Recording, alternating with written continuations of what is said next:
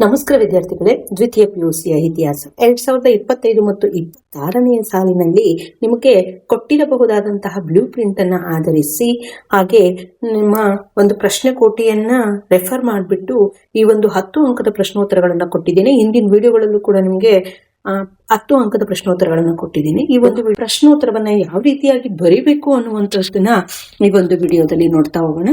ಹಾಗೆ ಮುಂದಿನ ಒಂದು 10 ಅಂಕದ ಪ್ರಶ್ನೆ ಇರಬಹುದು, 5 ಅಂಕದ ಪ್ರಶ್ನೋತ್ತರಗಳು ಇರಬಹುದು, ಹಾಗೆ 2 ಅಂಕದ ಪ್ರಶ್ನೋತ್ತರಗಳು ಇರಬಹುದು.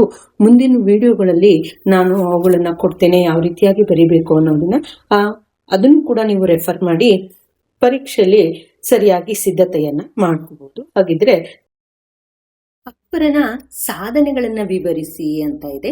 ಜಲಾಲುದ್ದೀನ್ ಮಹಮ್ಮದ್ ಅಕ್ಬರನು ಹುಮಾಯೂನ್ ಮತ್ತು ಹಮೀದಾ ಬಾನು ಬೇಗಂರವರ ಮಗ. ಹುಮಾಯೂನನು ತನ್ನ ರಾಜ್ಯವನ್ನ ಕಳೆದುಕೊಂಡು ಅಲೆಮಾರಿಯಾಗಿ ಸಂಚರಿಸ್ತಾ ಇದ್ದಾಗ ರಾಣನ ರಕ್ಷಣೆಯಲ್ಲಿ ಅಮರಕೋಟೆ ಎಂಬಲ್ಲಿ ಸಾಮಾನ್ಯ ಶಕ 1542ರಲ್ಲಿ ಜನಿಸ್ತಾನೆ. ತಂದೆಯ ಮರಣದಿಂದಾಗಿ 14ನೇ ವಯಸ್ಸಿನಲ್ಲಿಯೇ ಅಧಿಕಾರಕ್ಕೆ ಬರಬೇಕಾಯಿತು.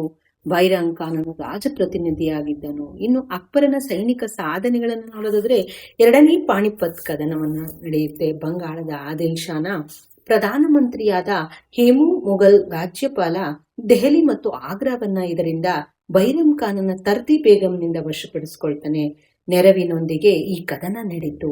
ಹೇಮು ಜಯ ಸಾಧಿಸಬೇಕಾದ ಸಮಯದಲ್ಲಿ ಆತನ ಕಣ್ಣಿಗೆ ಬಾಣವೊಂದು ತಗುಲಿ ಬೈರಾಮ್ ಖಾನನಿಂದ ಕೊಲೆಯಾಗ್ತಾನೆ.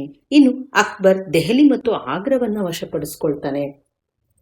ಗೊಂಡ್ವಾನದಲ್ಲಿ ರಾಣಿ ದುರ್ಗಾವತಿಯು ತನ್ನ ಮಗ ವೀರನಾರಾಯಣನ ರಾಜಪ್ರತಿನಿಧಿಯಾಗಿ ಆಳ್ತಾ ಇದ್ದಾಗ ಅಕ್ಬರನ ಮಂತ್ರಿ ಅಸಫ್ ಖಾನ್ ಅವಳೊಂದಿಗೆ ಯುದ್ಧ ಮಾಡಿ ಸಾಯಿಸಿ ಗೊಂಡ್ವಾನವನ್ನ ವಶಪಡಿಸಿಕೊಳ್ತಾನೆ.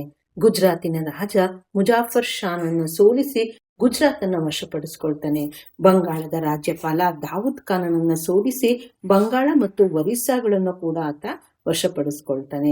ಇನ್ನು ಅಕ್ಬರ್ನ ಮಲ ಸಹೋದರಿಯಾದ ಹಕೀಂ ಮಿರ್ಜಾನ ಸಾವಿನ ನಂತರ ಕಾಬೂಲ್ ಮತ್ತು ಕಾಶ್ಮೀರಗಳನ್ನು ಕೂಡ ತನ್ನ ಸಾಮ್ರಾಜ್ಯಕ್ಕೆ ಸೇರಿಸ್ಕೊಳ್ತಾನೆ.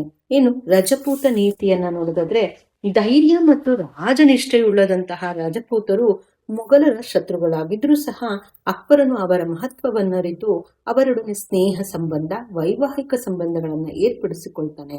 ಅವರನ್ನ ಮನ್ಸಬ್ದಾರರನ್ನಾಗಿ ನೇಮಿಸ್ತಾನೆ. ಇನ್ನು ಜೈಪುರದ ಬಿಹಾರಿಮಿನ ಮಗಳಾದ ಜೋಧಾಬಾಯಿಯನ್ನ ಆತ ವಿವಾಹವಾಗ್ತಾನೆ. ರಜಪೂತ ಅರಸರು ಆಂತರಿಕ ಸ್ವಾಯತ್ತತೆಯನ್ನ ಉಳಿಸಿಕೊಳ್ಳಲು ಅನುಮತಿಯನ್ನ ನೀಡಿದ್ರು. ಜಿಜಿಯಾವನ್ನ ಆತ ರದ್ದುಪಡಿಸ್ತಾನೆ. ಇನ್ನು ಧಾರ್ಮಿಕ ನೀತಿಯನ್ನ ನೋಡೋದಾದ್ರೆ ಪರಮತ ಸಹಿಷ್ಣುವಾಗಿದ್ದಂತಹ ಆತನು ಅವರವರ ಧರ್ಮದ ಆಚರಣೆಗೆ ಮುಕ್ತವಾದಂತಹ ಅವಕಾಶವನ್ನು ಕೊಟ್ಟು ಹಿಂದೂ ಹಬ್ಬಗಳಲ್ಲಿ ಅವನು ಕೂಡ ಭಾಗವಹಿಸ್ತಾ ಇದ್ದ.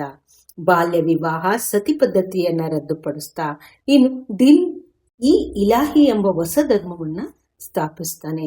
ಸಾಮಾನ್ಯ ಶಕ 1582ರಲ್ಲಿ ಫತೇಪುರ್ ಸಿಕ್ರಿಯಲ್ಲಿ ಇಬಾದತ್ ಖಾನ್ ವನ್ನು ಆತ ನಿರ್ಮಿಸ್ತಾನೆ.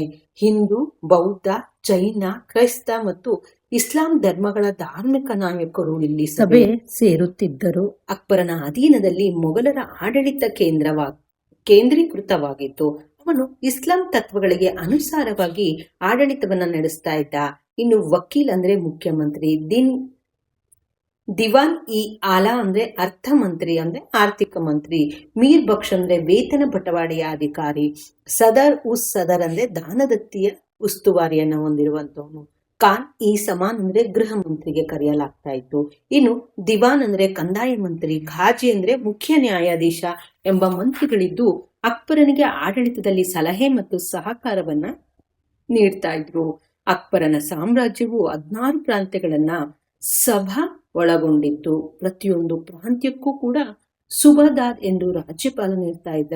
ಸುಬಾಗಳನ್ನು ಸರ್ಕಾರ ಅಂದ್ರೆ ಜಿಲ್ಲೆಗಳಾಗಿ, ಸರ್ಕಾರಗಳನ್ನ ಪರ್ಗಣ್ ಅಂದ್ರೆ ತಾಲೂಕುಗಳಾಗಿ ವಿಂಗಡಿಸಲಾಗಿತ್ತು.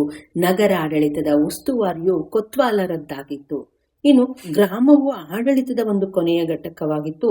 ಮನ್ಸಬ್ದಾರಿ ಪದ್ಧತಿ ಮೀರ್ ಭಕ್ತಿಯ ನೆರವಿನಿಂದ ಈ ಪದ್ಧತಿಯನ್ನ ರೂಪಿಸಲಾಗುತ್ತೆ.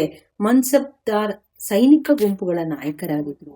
ಈ ಪದ್ಧತಿಯಲ್ಲಿ ಚಾಟ್ ಅಂದ್ರೆ ಸೈನಿಕರ ಸಂಖ್ಯೆ, ಸವಾರ್ ಅಂದ್ರೆ ಕುದುರೆಯ ಸವಾರದ ಸಂಖ್ಯೆ ಎಂಬ 2 ವಿಭಾಗವಿತ್ತು.